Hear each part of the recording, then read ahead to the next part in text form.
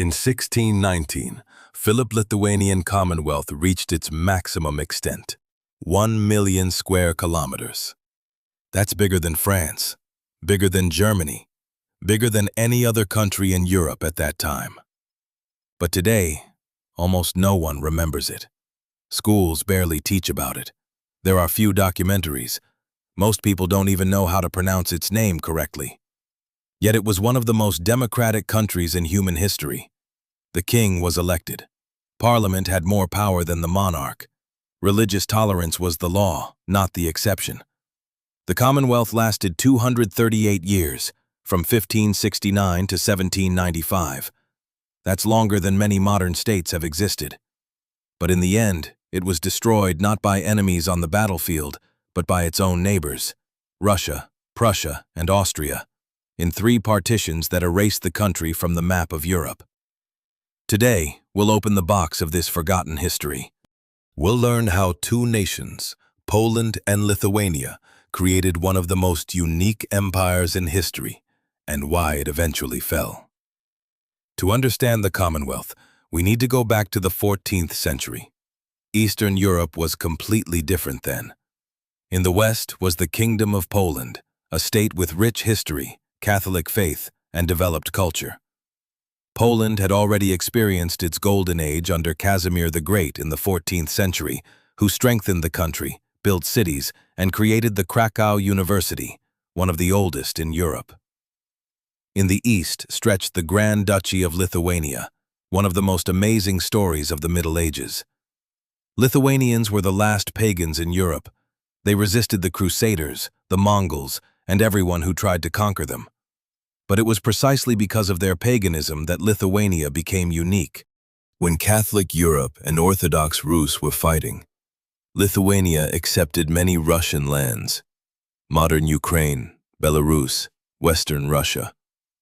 The Grand Dukes of Lithuania spoke Old Russian and practiced Orthodoxy, even though their subjects were pagans.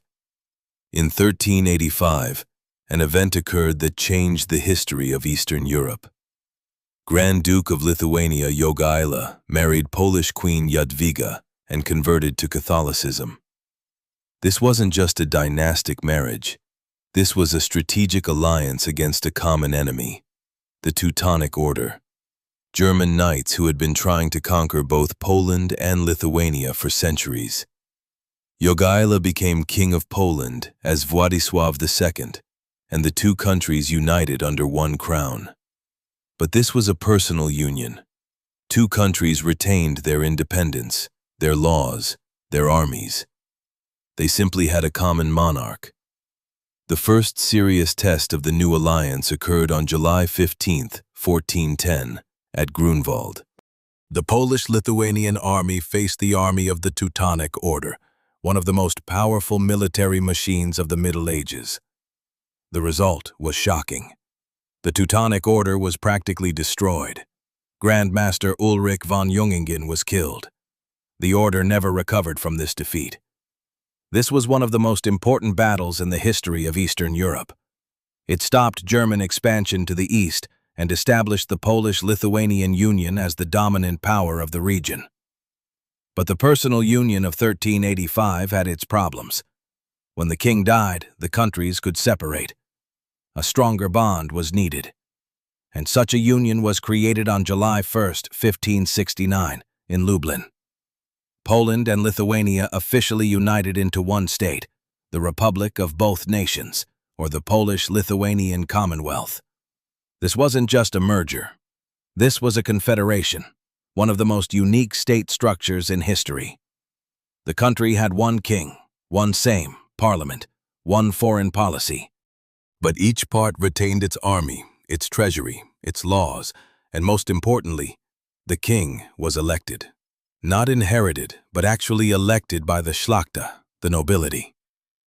This was one of the first elective monarchies in Europe, centuries before this became the norm. The first decades of the Commonwealth were a time of flourishing, especially under Stefan Batory, who ruled from 1576 to 1586. Batory was Hungarian by origin and brought military innovations with him. He created a system of infantry selected from peasants, the so-called Wybraniecki troops. He reformed the cavalry, creating the famous winged Hussars, heavy cavalry that became a symbol of Polish military power. Under Batory, the Commonwealth fought successful wars against Russia in the Livonian War, recaptured Polotsk, and established its influence in the Baltic region. But the real power of the Commonwealth was the Szlachta, the nobility. In other European countries, nobles served the king. In the Commonwealth, the king served the Szlachta. The Szlachta had incredible rights. Every nobleman, regardless of wealth, had the right to vote at sejmiks, local parliaments.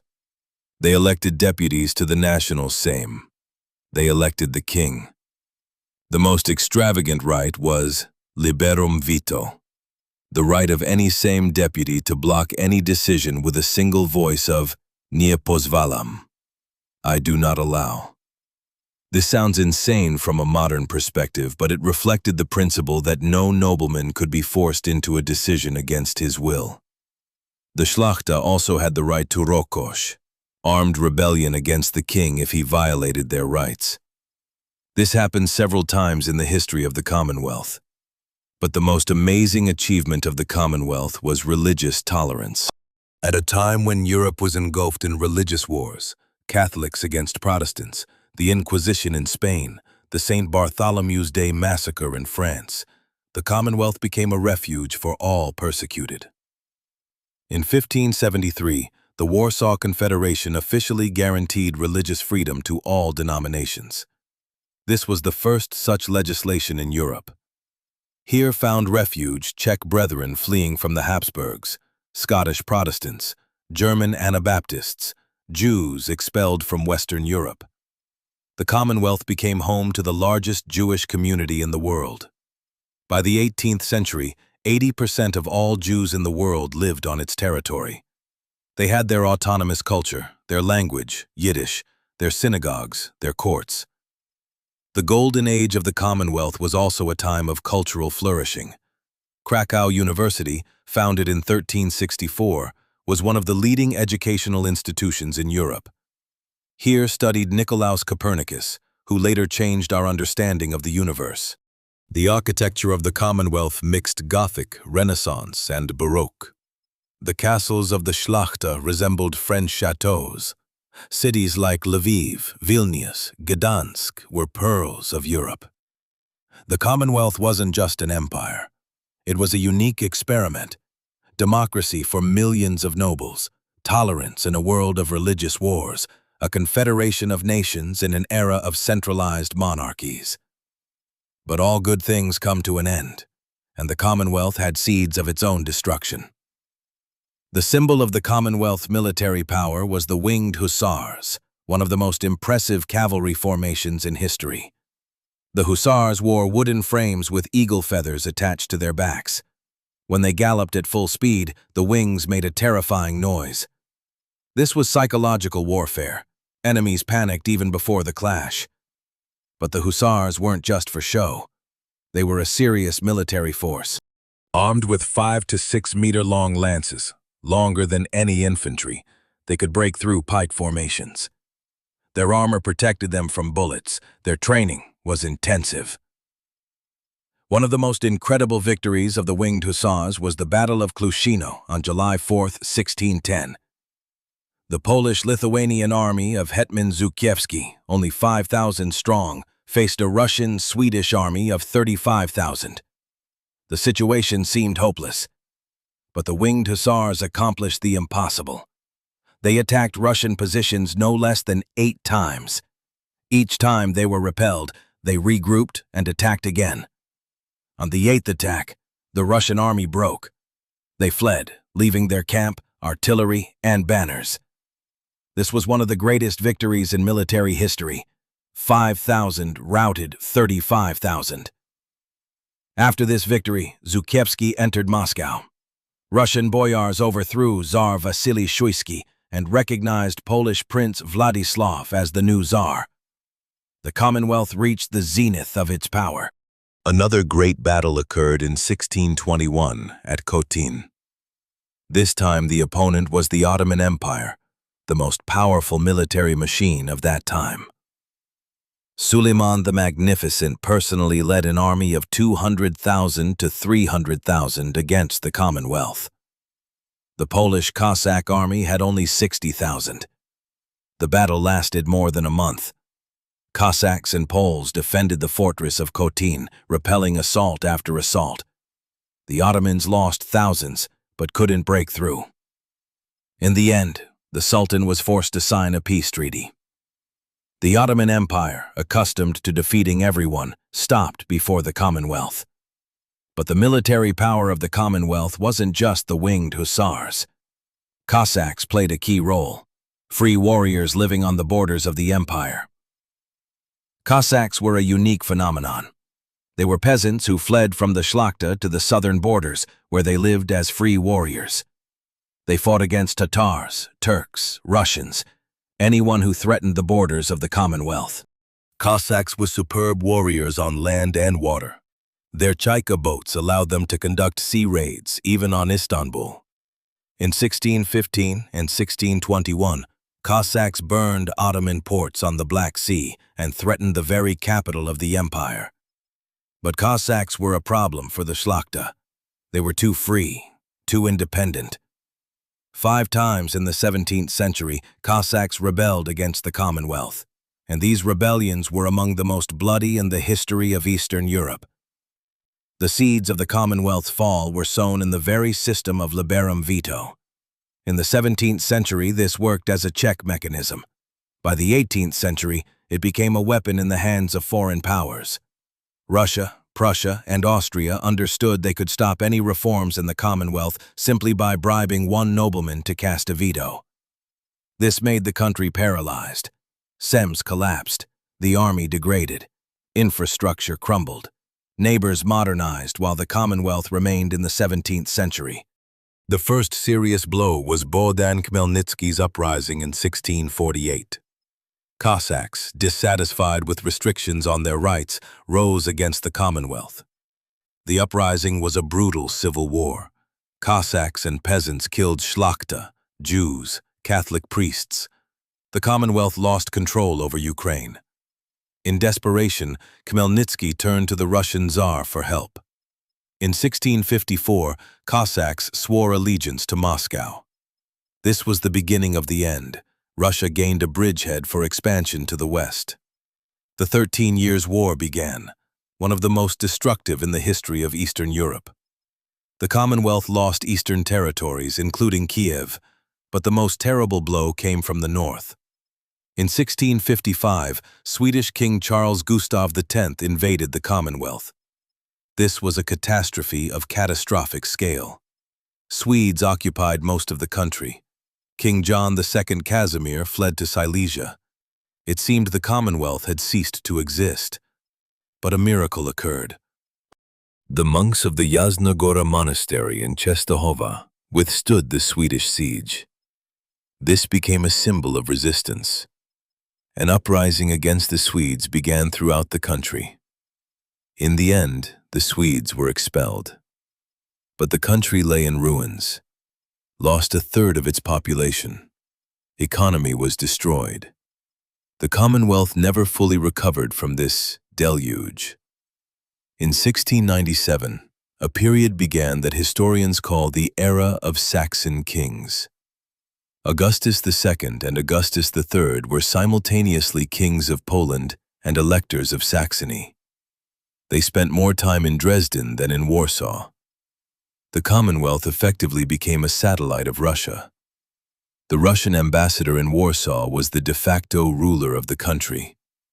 Neighbors: Russia under Peter the Great, Prussia under Frederick the Great, Austria under Maria Theresa, modernized their countries, built armies, reformed the economy, while the Commonwealth remained in anarchy.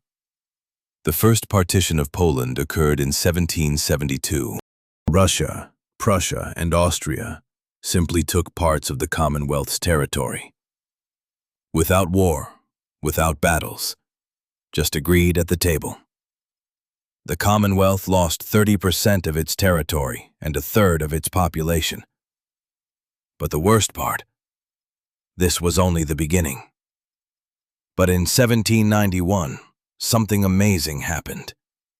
The Commonwealth adopted the Constitution of May 3rd, the first written constitution in Europe and the second in the world after the American one. The Constitution abolished Liberum Veto. It created a hereditary monarchy instead of elective. It gave rights to townspeople. It tried to save the country through reforms. But it was too late. Neighbors didn't want a strong Commonwealth. Russia and Prussia decided to destroy the remnants of the country. The second partition occurred in 1793. The Commonwealth was reduced to a tiny remnant. In response, Tadeusz Kościuszko raised an uprising in 1794. There was heroic resistance, but forces were too unequal. When Kościuszko was wounded and captured, he said the legendary words, "Finis Poloniae," the end of Poland. In 1795, the third partition occurred. The Commonwealth disappeared from the map of Europe.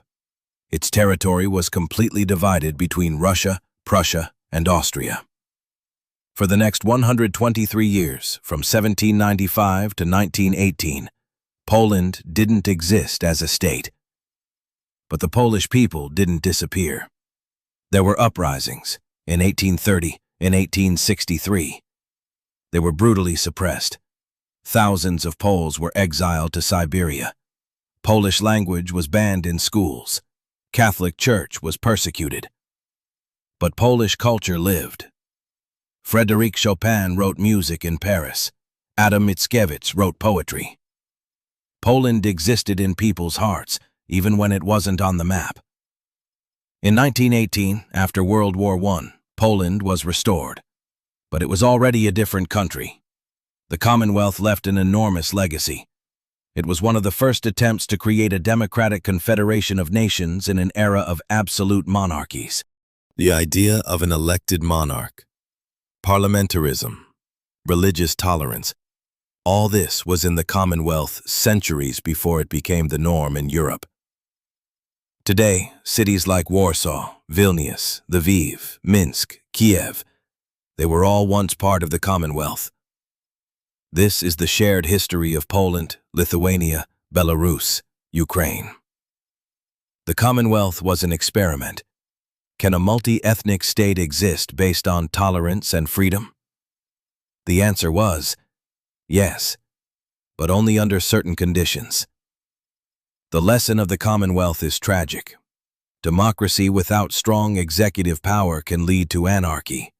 Tolerance without willingness to defend your borders can lead to destruction. Freedom without responsibility can become self-destruction. But the lesson of the Commonwealth is also inspiring. The idea that nations can unite, not through conquest, but through agreement. That democracy is possible, even in an era of monarchies. That diversity can be a strength, not a weakness. The Commonwealth was a forgotten empire, but its history is worth remembering. Subscribe to the Box of Ages. There are still many boxes of forgotten stories waiting to be opened.